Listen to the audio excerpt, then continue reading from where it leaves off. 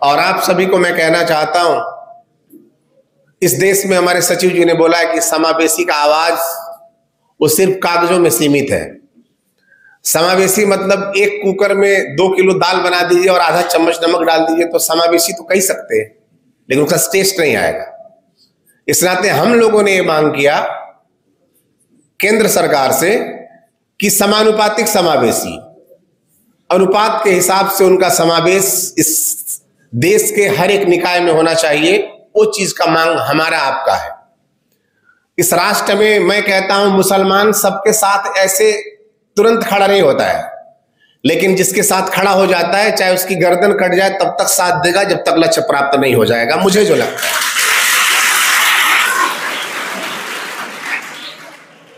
तो जो मुसलमान इस समुदाय को, सम्मानित समुदाय को लोगों ने वोट बैंक समझा है, अब आप लोगों को समझना है कि आप लोगों को मुसलमान के अपने व्याख्या करने की, आप लोगों को क्या वोट बैंक बन के रहना है, मतदाता और करदाता ही रहना है कि नेतृत्व में जाना है, आप लोगों को तय करना है। आप लोगों से मुलाकात बड़े बड़े नेताओं से सिर्फ निर्वाचन के समय होता है, और समय तो मुश्किल से आप ढूंढते रह जाओगे। एक प्रचार आता सर्फ एक्सल का, ढूंढते रह जाओगे तो 5 साल में एक बार मिलेंगे वो लोग। इस नाते जब 5 साल में एक बार मिलते हैं तो आप लोग भी पूरी तबीयत से अपने इस कौम को एक जगह रख के अपने भी जो मांग है समानुपातिक समावेशी को, उसको रखने का बाद जो इसका जिम्मा ले पाए, जो ये करवा पाए, जो आपको परिणाम दे पाए, उसके साथ खड़े होने से मुझे लगता है आने वाले दिन में इस समाज का भी उद्धार होगा और ये समाज शिक्षा, स्वास्थ्य, अन्य क्षेत्र में आगे बढ़ेगा, मुझे लगता है। अब मैं बड़े ही अदब व एहतराम के साथ, बड़े सम्मान के साथ अपने गृह मंत्री इज्जत माआब आली जनाब संतोष पांडे जी को आवाज दूंगा कि वो आएं और अपना फीडबैक दें। माइक पर हमारे गृह मंत्री नेपाल प्रदेश नंबर 5 के वजीर दाखिला संतोष पांडे जी। धन्यवाद। इस कार्यक्रम के उद्घोषक जी, इस कार्यक्रम के अध्यक्ष जामिया सिराजुल उलूम के अध्यक्ष समी मोहम्मद नदवी जी, इस कार्यक्रम में उपस्थित प्रदेश सरकार गृह मंत्रालय के सचिव लाल बाबू कवारी जी, और इसी कार्यक्रम में उपस्थित जिन्होंने मुझे इस कार्यक्रम में आने के लिए जानकारी दिया, मदरसा बोर्ड के उपाध्यक्ष मौलाना मसूद खां जी, और इस कृष्णानगर नगर पालिका के उप मेयर, प्रशासकीय अतिरिक्त, और मंच नहीं है फिर भी अग्र पंक्ति में विराजमान सभी सम्मानित व्यक्तित्व, इस कार्यक्रम में उपस्थित जितने भी लोग हैं अपने शक्ति और सामर्थ्य से अपने आप को विभिन्न क्षेत्र में स्थापित करने वाले व्यक्तित्व, और इस मदरसा से प्रत्यक्ष रूप से अपने आप को उपस्थित हुए लोग, और कृष्णानगर इस पवित्र भूमि के सभी सम्मानित लोगों में मेरे व्यक्तिगत तरफ से और प्रदेश सरकार के गृह मंत्रालय की तरफ से हार्दिक हार्दिक नमस्कार। अस्सलाम वालेकुम रहमतुल्लाह बरकातुहू। आप सभी को हृदय से धन्यवाद देना चाहता हूं। मदरसा बोर्ड के उपाध्यक्ष मौलाना मसूद खां जी ने मुझे कल जानकारी कराया, शाम को मैं एक कार्यक्रम में था नेपालगंज में, हमारे सचिव जी भी थे, नेपाल टेलीविजन का वार्षिक उत्सव था, तो इन्होंने रात में जानकारी कराया कि कार्यक्रम में आना है। आज कैबिनेट का बैठक है प्रदेश में, तो मुझे लगा कि लोग जब वोट देते हैं तो ये नहीं कहते हैं कि उनके घर पे जब चले जाओ, चाहे वो खाना खा रहे हो, चाहे वो सो रहे हो, चाहे सुबह उठे हो, चाहे ब्रश कर रहे हो, हम लोग जाते हैं तो तुरंत बड़े इज्जत से मिलते हैं और कहते हैं हाँ बिल्कुल आपको हम वोट देंगे और जिताएंगे। तो अगर लोग इस तरह करके हम लोगों को माननीय और मंत्री बना सकते हैं तो इनके फोन पर हम यहाँ क्यों नहीं आ सकते हैं। इस नाते मुझे लगा वहां जाना चाहिए और मैं हाजिर हो गया। तो आप लोगों को तो पहले मैं जिन लोगों ने स्थापना काल से शुरू से लेके इस मदरसे को 110 साल कहने से ये हो सकता है कि एक सदी बीत गई, और जिन्होंने अपने शक्ति और सामर्थ्य से इस मदरसे को यहाँ पर स्थापित किया, वो सभी लोगों को जो दुनिया में हैं जो नहीं हैं, उनके आत्मा के शांति के लिए उनको सम्मान करना चाहते हैं कि उन्होंने इस कौम के लिए, इस धर्म के लिए, शिक्षा देने के लिए, शिक्षा प्राप्त करवाने के लिए जो उन लोगों ने योगदान दिया है, उसके लिए मैं उन लोगों को हृदय से धन्यवाद देना चाहता हूं। और आप सभी को मैं कहना चाहता हूं, इस देश में हमारे सचिव जी ने बोला है कि समावेशी का आवाज वो सिर्फ कागजों में सीमित है। समावेशी मतलब एक कुकर में 2 किलो दाल बना दीजिए और आधा चम्मच नमक डाल दीजिए तो समावेशी तो कह सकते हैं, लेकिन उसका टेस्ट नहीं आएगा। इस नाते हम लोगों ने ये मांग किया केंद्र सरकार से कि समानुपातिक समावेशी, अनुपात के हिसाब से उनका समावेश इस देश के हर एक निकाय में होना चाहिए। वो चीज का मांग हमारा आपका है। इस राष्ट्र में मैं कहता हूं मुसलमान सबके साथ ऐसे तुरंत खड़ा नहीं होता है, लेकिन जिसके साथ खड़ा हो जाता है चाहे उसकी गर्दन कट जाए तब तक साथ देगा जब तक लक्ष्य प्राप्त नहीं हो जाएगा, मुझे जो लगता है।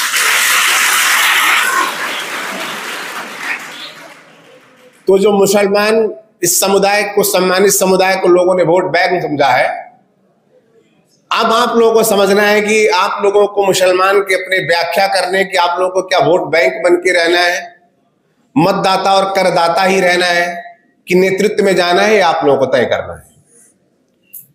आप लोगों से मुलाकात बड़े बड़े नेताओं से सिर्फ निर्वाचन के समय होता है, और समय तो मुश्किल से आप ढूंढते रह जाओगे।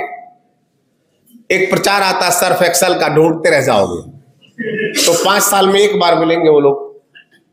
इस नाते जब 5 साल में एक बार मिलते तो आप लोग भी पूरी तबीयत से अपने इस कौम को एक जगह रख के अपने भी जो मांग है समानुपातिक समावेशी को, उसको रखने का बाद जो इसका जिम्मा ले पाए, जो ये करवा पाए, जो आपको परिणाम दे पाए, उसके साथ खड़े होने से मुझे लगता है आने वाले दिन में इस समाज का भी उद्धार होगा और ये समाज शिक्षा, स्वास्थ्य, अन्य क्षेत्र में आगे बढ़ेगा, मुझे लगता है।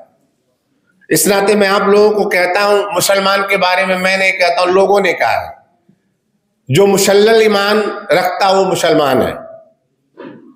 और इस्लाम के बारे में कौन क्या कहता है तो मैं नहीं जानता हूं, लेकिन मैं ये जानता हूं इस्लाम का मतलब शांति है। अगर इस्लाम का मतलब शांति नहीं होता, जिस नेपाल में पर्यटन का क्षेत्र लुम्बिनी के बारे में जगह जगह जिक्र होता है कि भगवान गौतम बुद्ध के उस लुम्बिनी को, कपिलवस्तु के तिलोरा कोट को, उसके माध्यम से पर्यटन में आर्थिक समृद्धि लाया जाए पर्यटन के माध्यम से, तो अगर लुम्बिनी में भगवान गौतम बुद्ध का जन्मस्थली व्यवस्थित हुआ है तो तमाम मुसलमान उस समय 2500-2600 वर्ष पहले अपना जमीन देके, अपना घर देके कि इनका ये व्यवस्थित जगह बने, फकीर होके सड़क पर चले गए, तब वो जगह बना है लुम्बिनी। इसके नाते भी मैं आप लोगों को धन्यवाद देना चाहता हूं। आज भगवान गौतम बुद्ध के नाम पर बहुत लोग बात करते हैं, उनके नाम पर डॉलर ले रहे हैं, अंतरराष्ट्रीय भिखारी के रूप में नेपाल को स्थापित कराए हैं अंतरराष्ट्रीय समुदाय के आगे, और बुद्ध का नाम लेते हैं, डॉलर लाते हैं, विकसित विकास में खर्च करना है तो पैसा अपने पॉकेट में रख लेते हैं। मुझे लगता है भगवान गौतम बुद्ध का भी आत्मा रोता होगा कि मेरा जन्म लुम्बिनी में क्यों हुआ, मेरा जन्म जापान, चाइना, थाईलैंड में होना चाहिए था। उनके लोगों ने बुद्ध का नाम लेके आर्थिक समृद्धि ला दिया, लेकिन बुद्ध जहां जन्मे उनका सिर्फ गलती हुआ कि वो उत्तर ने दक्षिण में जन्म ले लिए। और यहाँ के जितने शासक प्रशासक जो लोग आते हैं, आप कार्यक्रम में जाते रहते होंगे, आप लोग तो सुनते होंगे, वो लोग जब जाएंगे तो बोलेंगे कि एनुअल फंक्शन का उत्तर प्रगति का कामना करता कहते हैं। तो जहां जाते हैं तो उत्तर प्रगति का कामना कहते हैं और कहते हैं विकास दक्षिण में नहीं हुआ, प्रगति उत्तर का कहते हैं और विकास दक्षिण में खोजते हैं। इस नाते मैं उन लोगों को हर एक कार्यक्रम में कहता हूं, उसका व्याख्या, उसका भाव जो भी हो, लेकिन मैं कहता हूं उत्तर प्रगति के साथ साथ अब हर एक कार्यक्रम और हर एक कौम का दक्षिण उत्तर प्रगति का कामना करेंगे, तब संभव है कि दक्षिण का विकास होगा, वो मुझे लगता है। इस नाते मैं आप लोगों को जानकारी कराना चाहता हूं। अंतरराष्ट्रीय एयरपोर्ट का बात करेंगे कि अगर वो भी कपिलवस्तु, नवलपरासी, रूपंदेही, बांके, बर्दिया में नहीं होता, अगर वो कहीं पहाड़ी क्षेत्र में होता तो भी संचालन में आता। अरबों रुपया लग गया वहां पे, लेकिन अभी भी कुछ सिंडिकेट बनाए हुए दलाल लोग, जो होटल एसोसिएशन और लोग जो काठमांडू में बैठे, उन लोगों ने ऐसा माहौल नेपाल में बना के रखा है कि नेपाल का मतलब काठमांडू और काठमांडू का मतलब नेपाल, उसके बाहर नेपाल नहीं है। इस तरह का माहौल उन लोगों ने बनाया है। तो हम लोग उसकी लड़ाई लड़ रहे हैं। मैंने खुद नेतृत्व लिया है मध्य प्रदेश सरकार की तरफ से मुख्यमंत्री जी के आदेश पर कि अंतर्राष्ट्रीय संचालन, अंतर्राष्ट्रीय एयरपोर्ट किसी हालत में, चाहे सरकार छोड़ देना पड़ेगा, तब भी उस संचालन के लिए संतोष पांडे लड़ाई करेगा और जब तक नहीं चलेगा तब तक संघर्ष जारी रहेगा। वो बात भी मैंने किया है। और वो संचालन में आने के साथ ही जो आज के अध्यक्ष जी ने, शमीम अहमद नदवी जी ने कहा है कि अगर वो संचालन में आए तो हज करने के लिए सहज हो, तो निश्चित रूप में वो संचालन के साथ एक काम प्रदेश सरकार उसका नेतृत्व लेगा और केंद्र सरकार से समन्वय करके एक यथाशीघ्र, बहुत जल्दी इसका हम लोग कार्यान्वयन करेंगे। ये भी आपके कार्यक्रम में प्रतिबद्धता व्यक्त करना चाहता हूं। और हज हाउस का बात किए, वो मैं पहली बार सुना, मुझे उतना कुछ आइडिया नहीं होता है। इस देश में क्या एक तरह का नेताओं ने ट्रेंड बना दिया कि जो आदमी माननीय बन गया, जो मंत्री बन गया, उसको सब पता चल गया। रात तक वो चुनाव लड़ता है, उसको कुछ मालूम नहीं रहता। सुबह रिजल्ट आता और माननीय बन जाता तो लोगों का देखने का नजरिया बदल जाता है। चंद्रौटा में एक आदमी 7 वोट से हार गया है ना, 7 वोट से एक जीत गए, एक हार गए चंद्रौटा में, प्रदेश में। तो जो जीत गया उनको देखने का नजरिया बड़ा पॉजिटिव रहता है। जो 7 वोट, अगर 7 ही वोट का फर्क है ना, 3-4 वोट मानिए, तो जो हार गया उसको बोलेंगे इसको कुछ नहीं आता है, और जो जीत गया 7 वोट से सब कुछ आता है। ऐसा बिल्कुल नहीं होता है। बहुत ऐसे चीज हैं जो हम लोग कार्यक्रम में जाने के बाद वहां के विज्ञ लोगों के, वहां ऐतिहासिक जो उस जानकारी रखते हैं, उनके माध्यम से हम लोग को प्राप्त होता है। तो हम चाहते हैं कि अब आप लोगों को एक तय कर देना है कि आप लोग भी नेपाल में रहते हैं, ऐसा नहीं कहना है। मुसलमान भी नेपाल में रहते हैं, ऐसा नहीं कहना है। मुसलमान नेपाल में रहते हैं और बाकी और लोग नेपाल में रहते हैं, ऐसा सोचना है, फिर नेपाल आपका होगा। इस चीज का जानकारी कराना चाहता हूं। और आप लोगों को मेरा आग्रह कि मैं आप लोगों के कौम से थोड़ा जुड़ा हुआ इसलिए हूं कि एक बार 2063 साल के आंदोलन में था, तो एक मेरे मित्र थे इश्तियाक अहमद खान जी, उन्होंने कहा कि वो नवरात्र का व्रत खत्म हुआ था, तो बोले कि रोजा रह जाइए। तो हमने बोले ठीक है, मैं भी 1 महीने रह के देखता हूं। तो 1 महीने पूरा रोजा था मैं, मुझे कुछ ज्यादा तो नहीं आता था, लेकिन वो रोजा रहने आता था कि भाई सुबह से लेकर शाम तक वो भूखा प्यासा रहना है। और मुझे उन्होंने डाबर कंपनी का एक दिया था, एक डायरी था, उसी में हर दिन का तय था समय, कितना बजे सहरी खाना है, कितना बजे, वो सब लिखा हुआ था। तो 1 महीना रोजा भी रहा हूं, तो मुझे लगता है कुछ कुछ चीजें मैं आप लोगों का जान सकता हूं। इस नाते इस मदरसा के लिए क्या करना पड़ेगा, हमारे सचिव जी ने बड़ा अच्छे से कहा कि टेक्निकल एजुकेशन का डिमांड है। अभी लोग कहते हैं कि नौकरी दिलवा दीजिए, तो हम लोग पूछते हैं क्या पढ़े आप, तो कहते हैं मैंने बैचलर पढ़ा है, मैंने मास्टर्स पढ़ा है। तो बोलते क्या काम कर पाएंगे, तो बोले काम क्या कर पाए, पढ़े तो है। तो बोले कंप्यूटर चलाना आता है, तो वो तो नहीं आता है। तो चलिए आपको मैं एयरपोर्ट पे लगा देता हूँ, कुछ ऐसे ही जो काम कहेंगे कर दीजिएगा। तो वो तो नहीं आता, पढ़ा हूं बोलते हैं। तो अगर पढ़े हैं और आता नहीं है करने, तो फिर होगा कैसे। इस नाते मुझे लगता है कि अभी का प्राविधिक शिक्षा बहुत आवश्यक है। अपने धर्म का सम्मान करने के साथ साथ प्राविधिक शिक्षा पर अगर हम जोर देंगे, तो मुझे नहीं लगता कि वहां जाति कहीं आपको समस्या खड़ा करेगा। इस नाते आप लोगों से आग्रह है, जो मुसलमान समुदाय के लोग बेहतर कर जाएं, वो राष्ट्रीय व्यक्ति हो जाते हैं, वो नेपाली हो जाते हैं, वो भारतीय हो जाते हैं। अब्दुल कलाम साहब मिसाइल मैन बने, तो उनको भारत ने कहा ये भारत रत्न है, और जो लोग अच्छा नहीं कर पाए उनको कहता है ये आतंकवादी है। इस नाते मैं चाहता हूं ये सब मिथ्या, ये सब खराब चीजों को समाज से हटाना पड़ेगा, और हमको नहीं बताना पड़ेगा। अब के समय में मुझे लगता, मैं जहां भी रहता हूं, अब के समय में 21वीं शताब्दी में जातीयता का विकास से ज्यादा, यहां हमारे नेताजी लोग बैठे हैं इसी नगर पालिका के, 21वीं शताब्दी में अब कम्युनिटी डेवलपमेंट नहीं, अब ह्यूमैनिटी डेवलपमेंट का जरूरत है।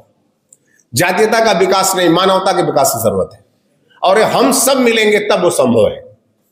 इस नाते हम लोग अल्पसंख्यक नहीं है, आपको ये मानना होगा। हम लोग नेपाली हैं और नेपाल में जितने लोग रहते हैं बराबर सबका उतना ही अधिकार है, जितना यहाँ पर नेतृत्व करने वाले प्रचंड जी का अधिकार है उतना ही अधिकार यहाँ अभी हमारे जो यहाँ बैठे हुए हैं इस कार्यक्रम के अध्यक्ष समीम अहमद नदवी जी का भी उतना ही अधिकार है, वो मानना पड़ेगा।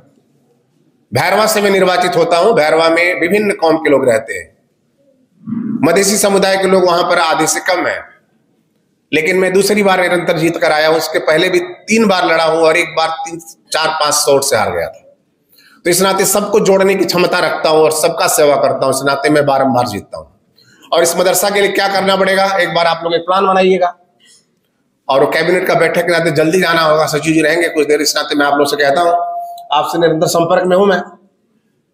तो एक बनाइएगा प्लान जो हम लोग शिक्षा क्षेत्र से अभी जो बजट विनियोजन उसमें तत्काल क्या किया जा सकता है और आने वाले बजट में जो नया बनेगा उसके लिए और बेहतर क्या कर सकते हैं, ये जरूर करेंगे। और आप यहाँ युवा लोग बैठे हैं, युवाओं को ये मानना पड़ेगा अब कि आप मुसलमान के साथ साथ नेपाली हैं और आप प्रमुख केंद्र आपका मदरसा है, लेकिन यहाँ का कोई विद्यालय है उसमें भी आपका हक है, यहाँ कोई कार्यालय उसमें भी आपका हक है। कल का नेतृत्व आप करिए, इस तरह का भी माहौल बनना चाहिए और बनाने वाले और कोई नहीं आएंगे। हम लोग अभी तक क्या इंतजार में नेपाल में बैठे हैं कि कोई ऐसा शक्ति आएगा, कोई ऐसा फरिश्ता आएगा जो हम लोग रात में सोएंगे और सुबह उठेंगे तो कृष्णानगर में सारे रोड बन जाएंगे, हरा भरा हो जाएगा और कृष्णानगर में सब जितने देखेंगे घर सुंदर बन जाएंगे, सब पेंट हो जाएंगे। ऐसा किसी ने नहीं किया है।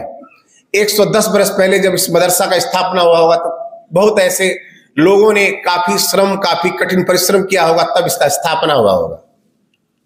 आज हम लोग आराम से यहाँ बैठे हुए हैं, यहाँ पर अगर शीत पड़े पानी पड़े तो अंदर है, महफूज है, तो किसके कारण से, उन लोगों ने तब किया था। अमेरिका आज डेवलप है, अमेरिका के बारे में लोग बात करते हैं, अमेरिका किसी ने आके डेवलप नहीं कर दिया, अमेरिका के लोगों ने किया था, अमेरिका के नेतृत्व ने किया था, वहां की जनता ने किया था। अमेरिका में एक कहावत है, सचिव जी चलेगा हमारे हैं, अमेरिका में रसा की लड़ाई के टाइम में अमेरिका ने खूब हथियार बेचा उस टाइम में और पैसे ज्यादा कमा लिए। तो जब पैसे ज्यादा है तो उसके नेतृत्व बैठ के वहां बात की कि पैसा तो बहुत है, क्या करें हम लोग, तो लोग पैसे आ गए तो क्या कर सकते हैं, अमेरिका डेवलप नहीं था उस टाइम में, तो लोग बोले चलो ड्रेन सहित के सड़क बना दे, हम लोग हर जगह सड़क निकाल दे, 6 लेन 4 लेन 8 लेन ड्रेन सहित का। आने वाले दिन में अमेरिका जब लोग आने लगेंगे, रहने लगेंगे, तो अमेरिका व्यवस्थित हो जाएगा, सड़क और नाले का व्यवस्था भी लाए। तो उन लोगों ने वही काम किया। तो अमेरिका में भी कहावत है, USA doesn't make the roads और मेक द अमेरिका। अमेरिका ने रास्ता नहीं बना दिया, रास्तों ने अमेरिका बना दिया। तो रास्ते किसी ने बनाए था, तब अमेरिका बना। तो इस नाते मुझे लगता है अभी हम जो करेंगे वो आने वाला पीढ़ी याद करेगा और ये निमित्त जीवन है। आज हम हैं, कल आज के 20-30 वर्ष बाद हम में से बहुत लोग नहीं रहेंगे, यहाँ दूसरे कोई बैठे रहेंगे।